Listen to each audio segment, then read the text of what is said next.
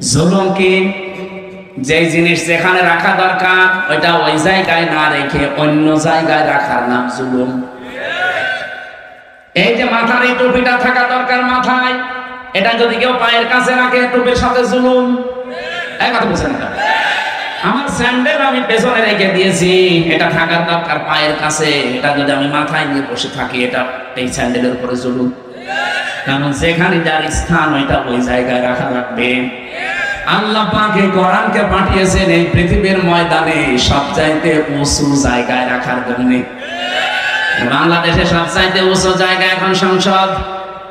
এক কথা বলছেন, আমরা চাই এই কোরআন সংসদে যাক। অধ্যাপক মুজিবুর রহমানের মতো মাত্র 300 এমপির 151 জন যদি সামনে এই নির্বাচনে কোরআন বুকে নিয়ে যেতে পারে, এটা উপরে উঠে যাবে। কি এই কথা বলে না কেন? 300 জন লাগবে না, মাত্র 151 জন অধ্যাপক মুজিবুর রহমান আমরা চাই, যারা কোরআন বুকে নিয়ে যেতে পারবেন। আর সংসদের প্রথম অধিবেশনে তারা বিল আনবে। মাননীয় স্পিকার, আমরা নামাজের আর যাকাতের বিল চাই।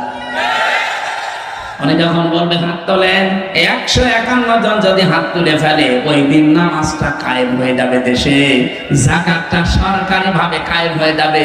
তখন আর নামাজের ওয়াজ যাকাতের ওয়াজ করা লাগবে না। ভালো কাজগুলো সব আইন পাশের মাধ্যমে চালু হয়ে যাবে। অন্যায় কাজ, অবৈধ কাজ সব আইন পাশ করে বন্ধ করে দেওয়া হবে। সূরা হজের এই 40-41 নম্বর আয়াতে 4টা কর্মসূচি আছে। আমরা চাই মানুষের শান্তি, স্বস্তি, নিরাপত্তা, জুলুম থেকে বাঁচার জন্য এই 4টা কাজ আর রাষ্ট্রীয়ভাবে জারি হোক। 54 বছরে যারা গেছে জারি করে নাই, এবার যারা যাবে তারা যেন করে, সেই ব্যবস্থা করে দেওয়ার দায়িত্ব ফেরেশতাদের।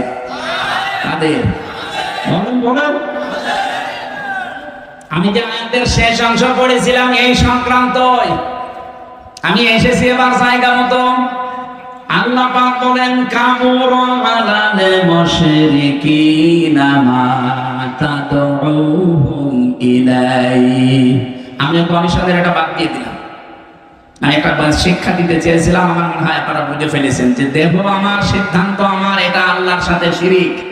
কারণ দেহ আমার না, সিদ্ধান্ত আমার না। দেহ আল্লাহ বানিয়েছে, সিদ্ধান্ত তার। ওটা সূরা আরাফের 54 নম্বর আয়াতের মাঝের অংশে আছে। আপনি বাড়ি যেয়ে তাফসীর দেখে নিন। আমার আয়াত হচ্ছে সূরা শুরা 13 নম্বর আয়াতের শেষের অংশ।